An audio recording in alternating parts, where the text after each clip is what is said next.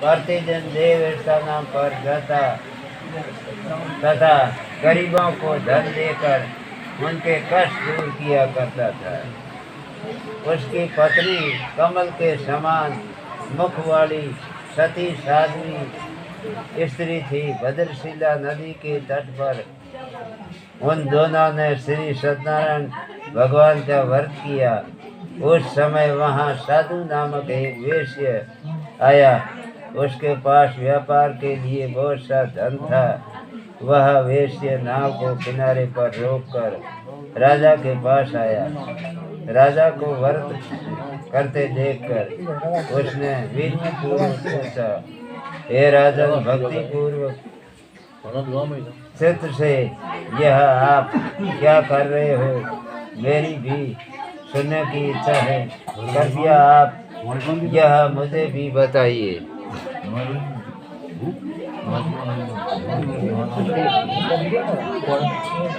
हे महाराज, उनका मुख ने कहा, हे साधु वेश्य, मैं अपने बंधु बांधवों के साथ पुत्र आदि की प्राप्ति के लिए महाशक्तिशाली सत्यनारायण भगवान का व्रत व पूजन कर रहा हूँ। राजा से वचन सुनकर साधु नामक वेश्य ने कहा, हे राजन, मुझे भी इसका सब लाइट कट गई कहीं रे? लाइट कट गई आपके कथा अनुसार लाइट कट गई बरोबर। मेरे भी कोई संतान नहीं है। मुझे विश्वास है इससे निश्चय ही मुझे भी संतान प्राप्त होगी। राजा ने साधु वेश्य को व्रत के सभी विधान अच्छी तरह समझा दिए। राजा ने सब विधान सुनकर वह वेश्य बहुत प्रसन्न हुआ। व्यापार के कार्य में निर्वृत हो वह वेश्य प्रसन्नता पूर्वक अपने घर आया और वेश्य ने अपनी पत्नी से संतान देने वाले उस व्रत को बताया। उसने यह निश्चय किया कि अब जब मुझे संतान प्राप्त हो जाएगी तब मैं इस व्रत को करूँगा। साधु ने यह निश्चय किया कि जब मुझे संतान प्राप्त हो जाएगी तब मैं इस व्रत को करूँगा। साधु ने यह वचन अपनी पत्नी लीलावती से कही। एक दिन उसकी पत्नी लीलावती प्रसन्न हो संसारिक धर्म में प्रवृत्त होकर श्री सत्यनारायण भगवान की कृपा से गर्भवती हो। 10वें माह में उसने एक सुंदर कन्या को जन्म दिया। दिनों दिन वह कन्या इस तरह बढ़ने लगी कि जैसे शुक्ल पक्ष का बढ़ता है। कन्या का नाम कलावती रखा गया। तब लीलावती ने अपने अत्यंत आग्रह पूर्वक अपने पति को याद दिलाया कि आपने जो भगवान का व्रत करने का प्रण किया था, अब आप उसे पूर्ण कीजिए। साधु ने कहा, हे विप्रो, मैं कन्या के विवाह पर इस व्रत को करूँगा। इस प्रकार अपनी पत्नी को आश्वासन दे वह व्यापार करने चला गया। कलावती अब धीरे धीरे अपने पिता के यहाँ रहते हुए बड़ी होने लगी। लौटने पर साधु ने जब नगर की लड़कियों के साथ अपनी पत्नी को खेलते देखा तो उसने उसके विवाह की चिंता हुई। उसने एक दूत को बुलाकर कहा कि उसकी पुत्री के लिए कोई सुयोग्य वर देख कर लाओ। अपने स्वामी की आज्ञा पाकर दूत कंचनपुर में पहुंचा और बहुत ढूंढने पर कलावती के लिए एक सुयोग्य परिक्षेत्र ले आया। उस सुयोग्य लड़के को देखकर साधु वेश्य वह वेश्य बहुत प्रसन्न हुआ और अपने बड़े भांजों सहित होकर अपनी पुत्री का विवाह उसके साथ कर दिया। निर्भाग्य से वह विवाह के समय भी सत्यनारायण भगवान का वर्ष करना भूल गया। इस पर सत्यनारायण भगवान क्रोधित हो गए। उन्होंने वैश्य को यह श्राप दिया कि तुम्हें दारुण दुख प्राप्त होगा।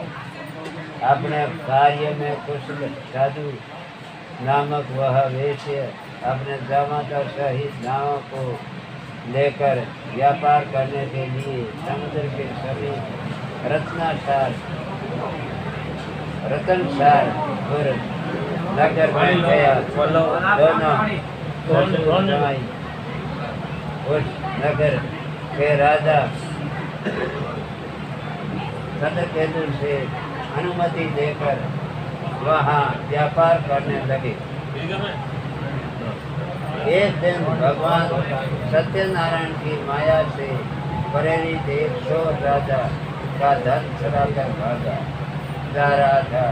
राजा ने दूतों को अपने पीछे वेग से आते देखकर चोर ने घबरा कर राजा के धन को उस नाव में चुपचाप रख दिया जहाँ वे ससुर दवाई ठहरे हुए थे। भाग गया। जब दूतों ने उस साधु वैश्य के पास राजा के धन को रखा देखा तो ससुर दामाद दोनों को बांध कर ले आए। राजा के समीप जाकर बोले, हम ये दो चोर पकड़ कर लाए हैं, इनके लिए आज्ञा दे। तब राजा ने बिना उनकी बात सुने ही उन्हें कारागार में डालने की आज्ञा दी। इस प्रकार राजा की आज्ञा से उसको कठोर कारावास में डाल दिया गया। उनका धन भी छीन लिया गया। सत्यनारायण भगवान के शराब के कारण साधु वैश्य की पत्नी लीलावती पुत्री कलावती भी घर पर बहुत दुखी हुई। उनके घर में रखा धन चोर चुरा कर दे गए। शारीरिक व मानसिक पीड़ा तथा भूख प्यास से अति दुखित हो भोजन की चिंता में कलावती एक ब्राह्मण के घर गई तो उसने ब्राह्मण को श्री सत्यनारायण भगवान का व्रत करते देखा। उसने कदाश्री प्रसाद ग्रहण कर रात को घर आई तो माता ने कलावती को पूछा, हे पुत्री, तुम अब तक कहाँ रही? वह तेरे मन में क्या है? कलावती बोली, माता, मैंने एक ब्राह्मण के घर श्री सत्यनारायण भगवान का व्रत होते देखा है। कन्या के वचन सुनकर लीलावती ने सत्यनारायण भगवान के वचन पूजन की तैयारी की। उसने परिवार और बंधुओं सहित श्री सत्यनारायण भगवान का पूजन व व्रत किया और वर मांगा कि मेरे पति और दामाद शीघ्र ही घर लौट आए। साथ ही प्रार्थना की, हम सबका अपराध क्षमा करो। सत्यनारायण भगवान इस व्रत से संतुष्ट हो गए। उन्होंने राजा चंद्रकेतु को रात्रि में स्वप्न में देखकर दर्शन देकर कहा, हे राजन, जिन दोनों वेश्यों को तुमने बंदी बना रखा है वे निर्दोष हैं, उन्हें अपराध ही छोड़ दो। उनका सब धन जो तुमने छीना है उसे लौटा दो, अन्यथा मैं तुम्हारे धन, राज्य, पुत्र आदि सबको नष्ट कर दूंगा। राजा से ऐसे वचन कहकर भगवान अंतर ध्यान हो गए। प्रातःकाल राजा चंद्रकेतु ने सभा में सबको अपना स्वप्न सुनाया और अपने सैनिकों को आज्ञा दी कि उन दोनों बड़ी पुत्रों को कैद से मुक्त कर सभा में लाया जाए। दोनों ने आते ही राजा को प्रणाम किया। राजा ने कोमल वचनों से कहा, हे महानुभाव, तुम्हें दुर्भाग्यवश ऐसा कठिन दुख प्राप्त हुआ है। अब तुम्हें कोई भय नहीं है, तुम मुक्त हो। ऐसा कहकर राजा ने उनको नए नए वस्त्र भूषण किए तथा उनका जितना धन लिया था उससे दूना लौटाकर आदर की सहित विदा किया। दोनों वेश्य प्रसन्नतापूर्वक अपने घर को चल दिए। उनके पराजय जाते हैं सत्यनारायण भगवान ने प्रसाद चार कहते थे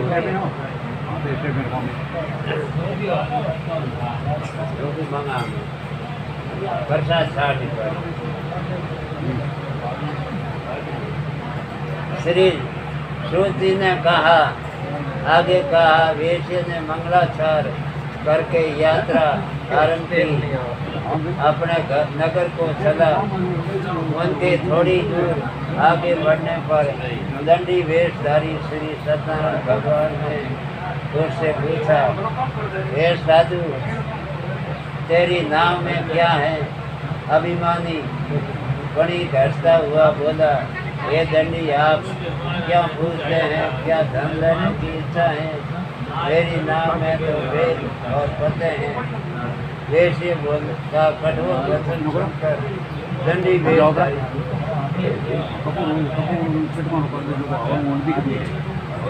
ठीक है।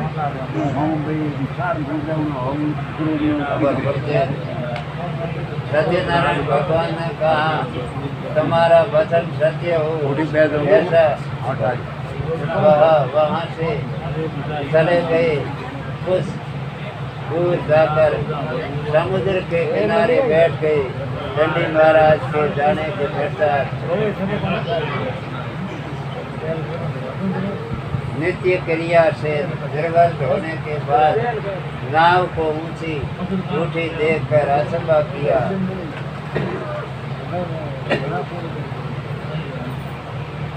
तथा नाव में बेल पत्ते और देखकर मूर्छित हो जमीन पर गिर पड़ा। मूर्छा खुलने पर अत्यंत शोक करने लगा।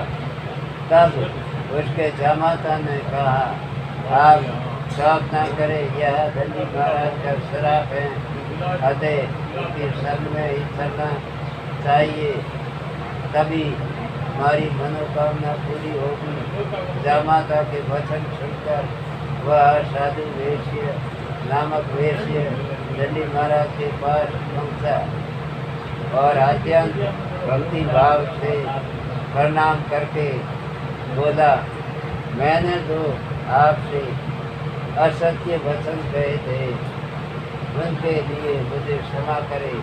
ऐसा कहकर अत्यंत शोकग्रस्त हो वह वेश्य रोने लगा। तब दंडी ने रूप में आए हुए भगवान सत्यनारायण ने कहा, हे बणी, तुम मेरी आज्ञा से बार बार मुझे दुख प्राप्त हुआ है, तुम मेरी पूजा से विमुख हुआ है। तब साधु नामक उस वेश्य ने कहा, हे भगवान, आपकी माया से ब्रह्मा आदि देवता भी आपके रूप को नहीं जान पाते हैं, तब मैं अज्ञानी भला कैसे जान सकता हूँ? मेरी क्षमा करो। पहले के समान मेरी नौका को धन से पूर्ण करो। उसके भक्ति युक्त वचन सुनकर श्री सत्यनारायण भगवान प्रसन्न हो गए और उसकी इच्छा अनुसार वर देकर अंतर ध्यान हो गए। तब असुर व जमाता दोनों के नाव पर आकर देखा कि नाव धन से परिपूर्ण है। भगवान सत्यनारायण का पूजन कर साथियों सहित अपने नगर को चला गया। अरे पूरी कोई नहीं महाराज अपने नगर के निकट रोक दे तब उसने एक दूत को अपने घर भेज कर अपने आने की सूचना भिजवाई। दूत ने साधु नामक वेश्या के घर जाकर उसकी पत्नी से उस दोनों ने के आने की सूचना दे दी। लीलावती उसकी कन्या कलावती उस समय भगवान का पूजन कर रही थी। दूत का वचन सुनकर आज साधु की पत्नी ने बड़े हर्ष के साथ श्री सत्यदेव का पूजन पूर्ण कर दिया और अपनी पुत्री से कहा, मैं अपने पति के दर्शन को जा रही हूँ, तू कार्य पूर्ण कर आ जाना। परंतु कलावती पूजन एवं प्रसाद छोड़कर पति के दर्शन के लिए चली गई। प्रसाद की अवज्ञा के कारण सत्यदेव ने रुष्ट हो उसके पति को नाव सहित पानी में डुबो दिया। कलावती अपने पति को न देखकर रोती हुई जमीन पर गिर पड़ी। नौका को डूबा हुआ तथा कन्या को रोती हुई देख साधु नामक वेश्या दुखित हो बोला, हे प्रभु, मुझसे या मेरे परिवार से जो भूल हुई है उसे क्षमा करो। उसके दीन वचन सुनकर सत्यदेव भगवान अति प्रसन्न हुए। तत्पश्चात आकाशवाणी हुई, हे वेश्य, तेरी कन्या मेरा प्रसाद छोड़कर आई है, इसलिए इसका पति अदृश्य हुआ है। यदि यह घर जाकर प्रसाद खाकर लौटे तो इसे इसका पति अवश्य मिलेगा। आकाशवाणी सुनकर कलावती ने घर पहुंचकर प्रसाद खाया और फिर आकर अपने पति के दर्शन किए। तत्पश्चात साधु वेश्या ने वहीं बंधु बांधवों सहित श्री सत्यदेव का विधि पूर्वक पूजन किया। वह इस लोक का सुख भोग कर अंत में स्वर्ग लोक को चला गया। सत्यनारायण भगवान की जय हो। श्री सूत जी ने कहा, आगे कहा कि हे ऋषियों, में एक और भी कथा कहता हूँ, सुनो। प्रजा पालन में तुम ध्वज नाम का एक राजा था। उसने भगवान सत्यदेव का प्रसाद त्याग कर बहुत दुख पाया। एक बार राजा वन में वन्य पशुओं को मारकर एक बड़ के वृक्ष के नीचे आया। वहाँ उसने गणों को समित भक्ति भाव से बंधु बांधवों सहित भगवान की सत्यनारायण जी का पूजन करते देखा। तो परंतु राजा देखकर भी अभिवाद वर्ष न हो कहा गया, न ही सत्यदेव भगवान को नमस्कार किया। तब गौड़ा ने भगवान का प्रसाद उसके सामने रखा तो वह प्रसाद त्याग कर अपने नगर को चला गया। नगर में पहुंचकर उसने देखा कि उसका सब धर्म सब कुछ नष्ट हो गया। वह समझ गया कि यह सब भगवान सत्यदेव ने किया है। तब वह स्थान पर वापस आया और गौड़ों के समीप जाकर विधि पूर्वक पूजन कर प्रसाद खाया तो सत्यनारायण की कृपा से सब कुछ पहले जैसा ही हो गया। वह दीर्घकाल तक कुछ भोग कर मरने के बाद स्वर्गलोक को चला गया। जो मनुष्य इस परम दुर्लभ वर्ष को करेगा, श्री सत्यनारायण भगवान की कृपा से उसे धन धान्य की प्राप्ति होगी। इसमें निर्धन को धनी, धन बंदी को बंधन से मुक्त, संतानहीन को संतान प्राप्ति तथा सभी प्रकार की मनोकामना की पूर्ति होगी और अंतकाल में वह वैकुंठ धाम को चला जाता है। जिन्होंने पहले इस वर्ग को किया, अब इनके दूसरे जन्म की कथा भी सुनिए। सदानंद नामक वर्ग ब्राह्मण ने सदामा के रूप में जन्म लेकर श्री कृष्ण की भक्ति पर मोक्ष प्राप्त किया। उनका मुख नाम के महाराज राजा दशरथ बने। श्री रंगनाथ का पूजन कर वैकुंठ धाम को प्राप्त हुए। साधु नामक वेश्य ने के धर्मात्मा सत्य प्रतिज्ञा राजा मोहध्वज बनकर अपने पुत्र को आरे से चीर कर मोक्ष प्राप्त किया। महाराज तुंगध्वज स्वयंभू मनु हुए। उन्होंने बहुत से लोगों को भगवान की भक्ति में लीन कर मोक्ष प्राप्त किया। लकड़ारा भील अपने जन्म में ग्रह नामक निषाद हुआ और जिसने राम के चरणों की सेवा कर मोक्ष प्राप्त किया। सत्यनारायण भगवान की जय हो। हमार जाओ सड़क करो डिलीवरी ने